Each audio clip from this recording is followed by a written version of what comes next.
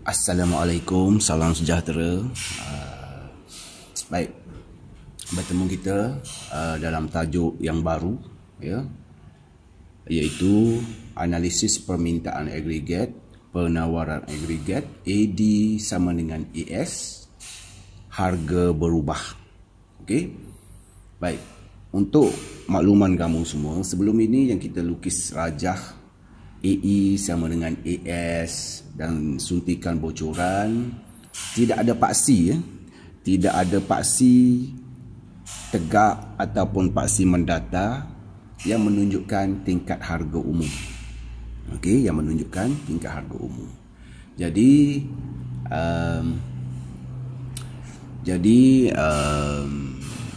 dalam analisis AE sama dengan AS tersebut, maka ianya perubahan Y tersebut tidak mengambil kira perubahan tingkat harga umum, ya, tidak mengambil kira perubahan tingkat harga umum. Sedangkan dalam ekonomi ini tingkat harga umum sangat memainkan peranan yang penting, ya, sangat memainkan peranan yang penting. Jadi analisis kali ini iaitu analisis permintaan agregat, penawaran agregat. Simbolnya ialah AD sama dengan AS, harga berubah. Okey, harga berubah. So permintaan agregat AD, sebelum ini kita jumpa dengan istilah perbelanjaan agregat AE, dan sekarang kita jumpa dengan istilah permintaan agregat yang diterbitkan daripada peralihan kelok AE. Ya, permintaan agregat ialah permintaan agregat ialah tingkat perbelanjaan benar yang dilakukan oleh sesebuah ekonomi pada pelbagai tingkat harga. Ya, perbelanjaan benar itu bermaksud perbelanjaan yang sudah mengambil kira perubahan tingkat harga umum. Okey. Sebagai contoh, kamu mempunyai pendapatan sebanyak 100, ya, dan harga barang ialah 10. Ya. Maka berapakah kuantiti barang yang kamu mampu beli dengan harga 10? Dan dengan pendapatan kamu sebanyak 100 itu, jadi jumlah perbelanjaan ataupun jumlah kuantiti barang yang kamu mampu beli ialah sebanyak 10 unit. Okey. So 10 unit itu merupakan perbelanjaan benar kamu. Ya, pendapatan benar kamu, ya. Dan jika harga naik daripada 10 kepada 20, kan? So jumlah pendapatan kamu kekal pada 100, dan apabila kenaikan harga itu menyebabkan kuantiti barang yang kamu mampu beli dengan pendapatan kamu 100 tersebut menurun menjadi 5 unit sahaja. So 5 unit itu adalah pendapatan benar kamu ataupun perbelanjaan benar kamu. Maka kenaikan harga itu sebenarnya telah menurunkan pendapatan benar ataupun perbelanjaan benar masyarakat. Okey, so inilah yang akan kita bincangkan dalam tajuk analisis permintaan agregat, penawaran agregat, harga berubah ini, ya. Okey. Yang kedua, kelok permintaan agregat diterbitkan daripada kelok perbelanjaan agregat. Ya. Kelok permintaan agregat diterbitkan daripada kelok perbelanjaan agregat. Ya. So cara bagaimana ia diterbitkan ialah seperti gambar rajah di bawah ni. Okey, cuba kita lihat, ya. Cuba kita lihat di sini. Okey. Bagaimana kelok AD yang ditunjukkan pada rajah B tersebut diterbitkan daripada perubahan kelok AE. Okey, cuba awak lihat. Yang pertama sekali keseimbangan asal. Keseimbangan asal dicapai pada titik E kosong, ya, pada titik E kosong ni apabila Y sama dengan AE kosong pada tingkat pendapatan negara Y kosong. Okey. Pada tingkat pendapatan negara Y kosong. So keseimbangan asalnya di sini, keseimbangan asalnya di sini. Okey. Andaikan harga asal ialah P kosong. So rujuk pada rajah bawah ni. Andaikan harga asal ialah P kosong. Okey. Dan pendapatan negara asal ialah Y kosong. Ini Y kosong lah, kita bawa daripada atas ni ke bawah.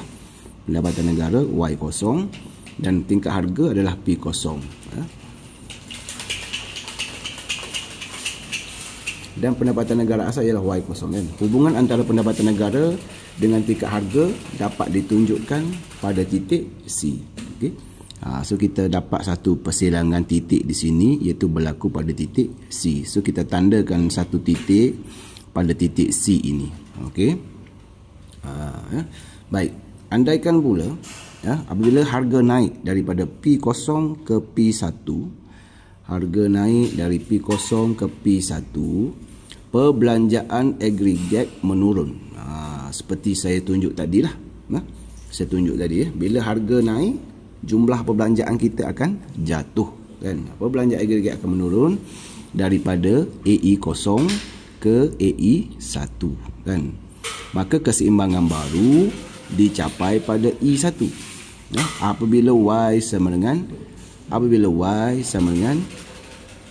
AE1 pada tingkat pendapatan negara Y1 kan.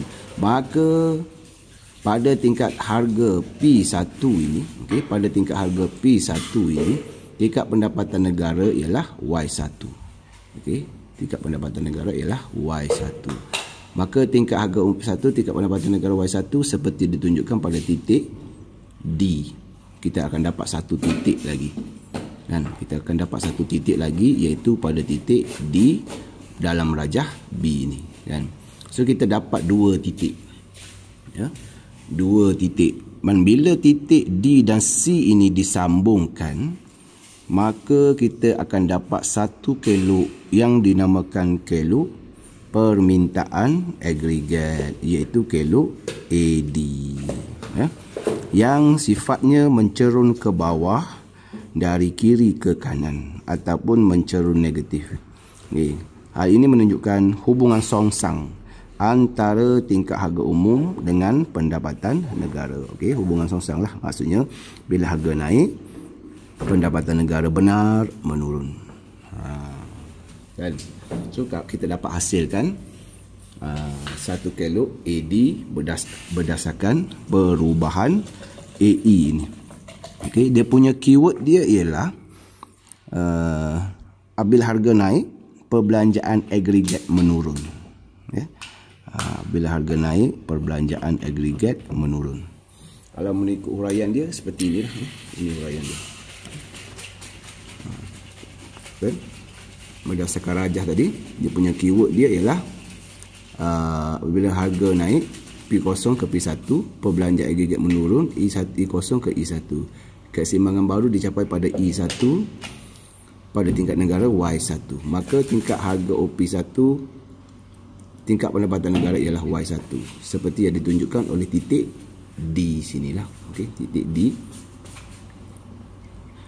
pada rajah B. So kita sambungkan kedua-dua titik ini, maka kita akan dapat satu kelok yang dinamakan kelok permintaan agregat. So kalau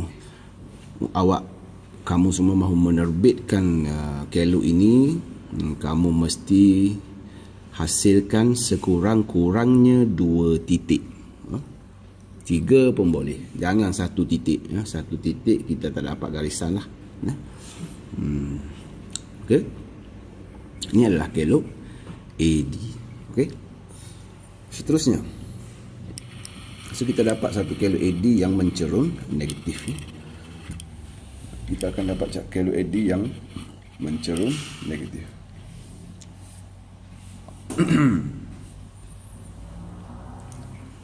Baik. Perkara yang ketiga yang saya nak nyatakan di sini ialah faktor-faktor yang mempengaruhi peralihan kelok AD sama ada ke kiri, ke kanan ataupun ke kiri. Kan kalau ini dia beralih kita sudah dapat kita sudah memperolehi kelo AD kita sudah memperolehi kelo AD yang lebih kurang macam ni kan. Kita dapat kelo AD ini adalah tingkat harga umum, ini adalah pendapatan negara benar. Kita dapat kelo AD yang mencerun negatif macam ni kan. AD.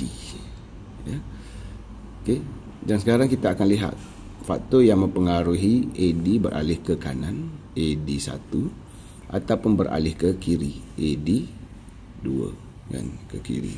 Ke kiri bermaksud berkurang, ke kanan bermaksud meningkat. Itu maksud dia.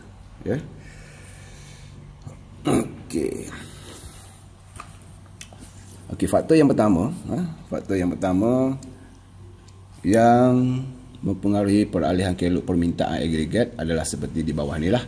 Yang pertama, perubahan. Sebenarnya faktor-faktor dia adalah komponen-komponen yang ada dalam AE kan. Kita belajar bahawa ini adalah C kan. Ini adalah C dan ini adalah I kan. Dan ini adalah G dan ini adalah export dan import kan. So komponen-komponen yang ada dalam AE mempengaruhi secara langsung perubahan kelo AD. Yang pertama, perubahan C. Kalau C meningkat, AE meningkat, AD beralih ke kanan. AD meningkat jugalah Tetapi jika C menurun ataupun perbelanjaan penggunaan menurun, AE menurun, maka AD juga menurun, menyebabkan kelo AD beralih ke kiri. Begitu juga dengan pelaburan. Jika pelaburan meningkat, AE meningkat, AD beralih ke kanan. Pelaburan menurun, AE menurun, AD beralih ke kiri, iaitu berkurang. Begitu juga dengan perubahan perbelanjaan kerajaan. Perbelanjaan kerajaan meningkat, menyebabkan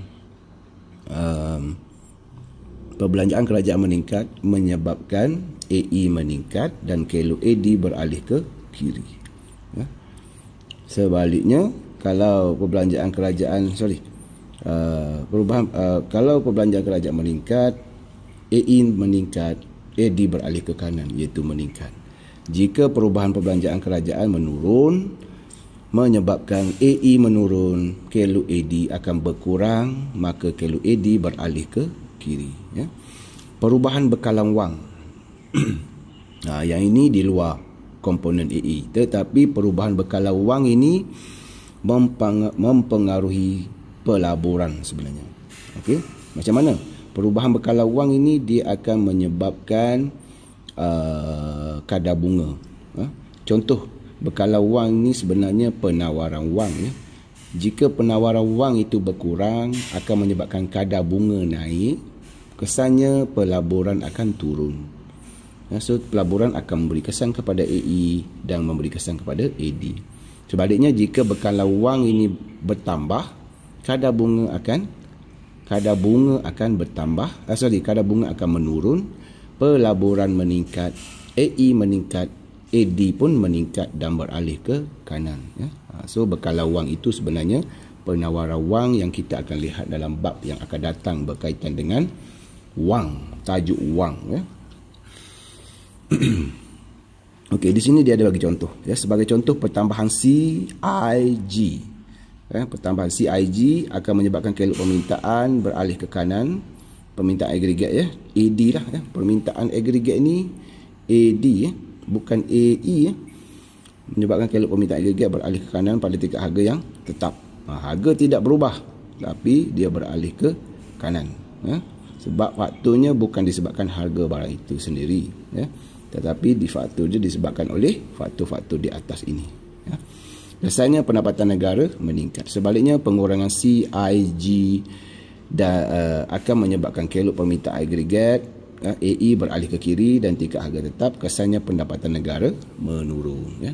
Tetapi sebenarnya pada rajah ini kamu kena tulis pendapatan negara benar. Okey, pendapatan negara benar. Ya. Sebab apa? Sebab dia sudah mengambil kira tentang perubahan tingkat harga. Okey, ini adalah contoh. Ini adalah contoh perubahan kelok AD, sama ada ke kiri ataupun ke kanan. Kalau AD kosong ke AD 2 maknanya ke kiri ataupun AD berkurang. Kalau AD kosong ke AD 1 ke kanan, bermaksud AD ataupun permintaan agregat meningkat. Meningkat. Baik. Okey. Apa beza antara AD dengan AE? Ini perbincangan ini sangat pentinglah. Apa beza antara AD dengan AE? Okey. Dari segi definisi, AD ini AE, ini AD, ini adalah AE, expenditure. Ini demand, AD, AE. Okey, dari segi definisi, jumlah perbelanjaan benar. AD merupakan jumlah perbelanjaan benar, iaitu CIG X tolak M pada pelbagai tingkat harga, iaitu dalam keadaan harga berubah. Kan? Itu AD maksud dia. Tetapi dari segi definisi perbelanjaan agregat iaitu AE, jumlah perbelanjaan iaitu CIG X tolak M pada pelbagai tingkat pendapatan negara dalam keadaan harga tidak berubah, iaitu harga tetap. Nampak tak ada punya beza dia? Beza dia adalah dari segi pada pelbagai tingkat harga, ini pula pada pelbagai tingkat pendapatan negara. Dan dalam keadaan harga berubah, dan ini dalam keadaan harga tetap. So dalam ekonomi kita nak bagi tahu harga tetap itu tidak akan berlaku. Harga sentiasa berubah-ubah, naik dan naik. Turun tu jarang-jarang sekali lah. Baik, dari segi bentuk kelok pula, kelok permintaan agregat iaitu kelok AD yang bercerun negatif menunjukkan wujud hubungan songsang ataupun hubungan negatif antara tingkat harga dengan pendapatan negara apabila harga berubah. Okey. So contohnya di sini, apabila tingkat harga naik daripada P0 ke P1, pendapatan negara menurun dari Y0 ke Y1. Tetapi apabila tingkat harga turun dari P0 ke P2, pendapatan negara meningkat dari Y0 ke Y2. Maknanya harga berubah, pendapatan negara benar pun berubah. Sebaliknya, kalau perbelanjaan agregat, kelok perbelanjaan agregat yang bercerun positif. Ini kelok perbelanjaan agregat, cerun positif, AE, menunjukkan wujud hubungan langsung, hubungan terus atau hubungan positif, atau hubungan langsung ataupun hubungan terus ataupun hubungan positif antara perbelanjaan agregat dengan tingkat pendapatan negara apabila harga tetap.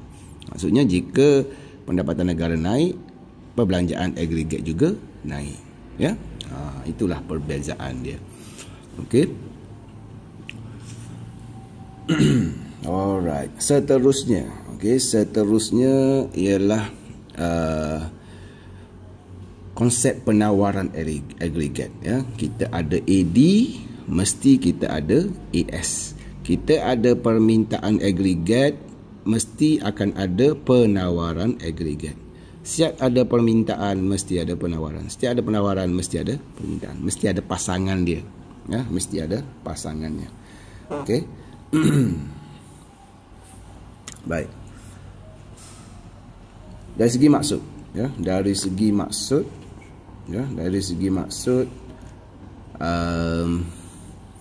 tingkat output, penawaran agregat ini ialah output atau keluaran yang akan dihasilkan oleh sesebuah ekonomi pada pelbagai tingkat harga. Tingkat output atau keluaran yang akan dihasilkan oleh sesebuah ekonomi pada pelbagai tingkat harga. AS ini adalah pendapatan negara yang kita bincang sebelum ni ya. AS ini adalah pendapatan negara. Y, output negara, sama je maksud dia, keluaran negara. Dulu pada awal-awal bab dulu kita gunakan istilah keluaran negara kasar, keluaran dalam negara kasar, keluaran negara bersih dan sebagainya kan. So keluaran-keluaran ini sebenarnya pendapatan negara ya, pendapatan negara.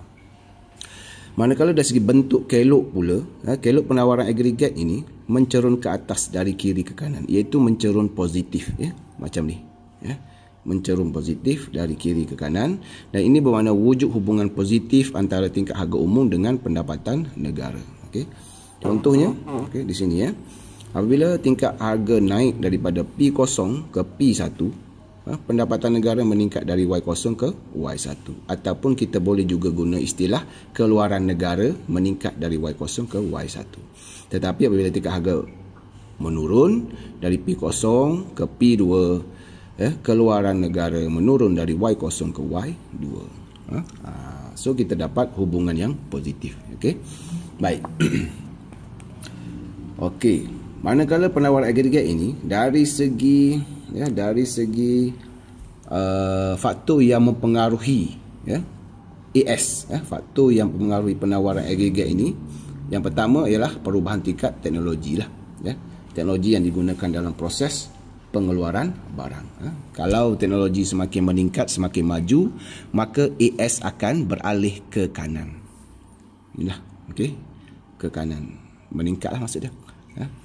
Kalau teknologi yang digunakan adalah teknologi yang lama, teknologi tradisional ataupun sebagainya, maka kelok penawaran akan beralih ke kiri, iaitu penawaran agregat menurun ya.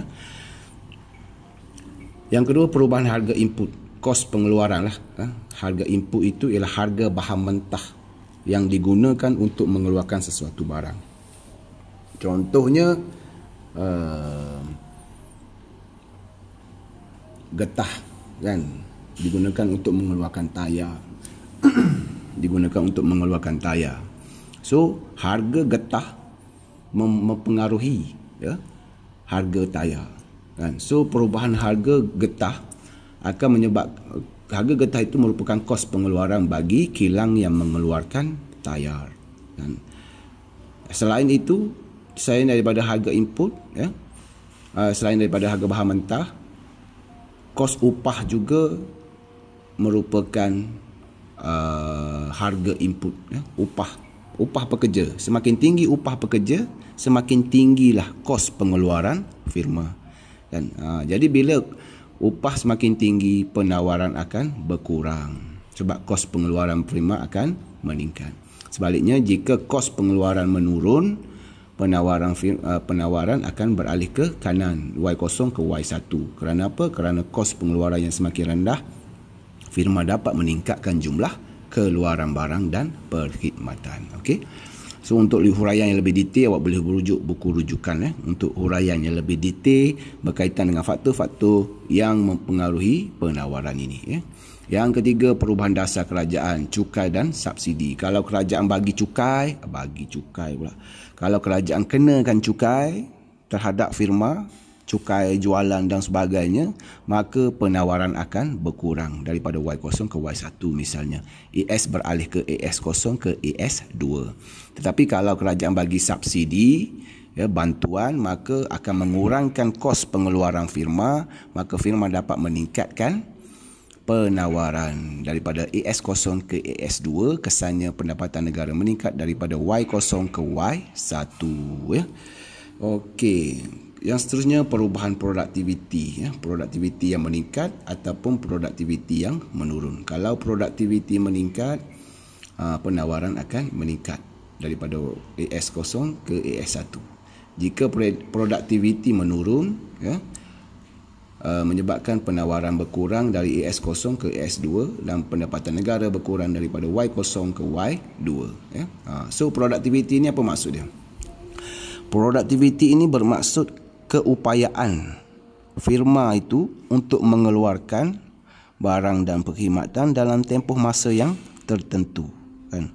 Contohnya, sejam boleh keluarkan 10 biji burger Kan? Sejam boleh keluarkan 10 biji burger, dan berbanding dengan kedai burger sebelah tu, sejam boleh keluarkan 100 biji burger. 1 jam juga. So kedai sebelah tu produktiviti dia lebih tinggi berbanding kedai yang mengeluarkan 10 biji burger dalam sejam. Itu masuk produktiviti. Dan produktiviti ini sebenarnya bergantung kepada kecekapan pekerja dan penggunaan teknologi. Kalau pekerja tu cekap, pengalaman berpuluh-puluh tahun dan teknologi pula canggih, maka produktiviti firma itu akan meningkat. Tapi kalau firma itu menggunakan teknologi yang mundur, teknologi yang lama, kan, masih banyak menggunakan tenaga manusia berbanding menggunakan teknologi, maka produktiviti dia akan rendah. Kelok penawaran akan beralih ke kiri, menyebabkan penawaran berkurang. Ya. Baik, sebagai contoh, kita boleh lihat huraian dia ni. Ini huraian dia. Okey, huraian ya. Kemajuan teknologi dan kejatuhan upah. Ini contoh dia bagi tadi. Kemajuan teknologi dan kejatuhan upah yang menurunkan kos pengeluaran mendorong firma meningkatkan output. AS0 ke AS1 lah kalau meningkatkan output. Kesannya kelok penawaran agregat beralih ke kanan pada tingkat harga tetap, pendapatan negara meningkat. Tetapi kenaikan harga bahan mentah dan pengenaan cukai oleh kerajaan yang meningkatkan kos pengeluaran menyebabkan firma mengurangkan output. AS akan beralih ke kiri, ke AS2. Kesannya kelok penawaran agregat beralih ke kiri, beralih ke kiri pada tingkat harga tetap, pendapatan negara menurun. Nampak tak faktor-faktor yang mempengaruhi kemajuan teknologi, kejatuhan upah, kan? Yang di sini pula diambil harga bahan mentah dan pengenaan cukai, kan? Jadi awak kena faham keadaan yang faktor yang mempengaruhi penawaran agregat dan permintaan agregat. Okey. Untuk video kali ini kita berhenti di sini dan kita akan sambung video yang berikutnya ya. Okey, terima kasih.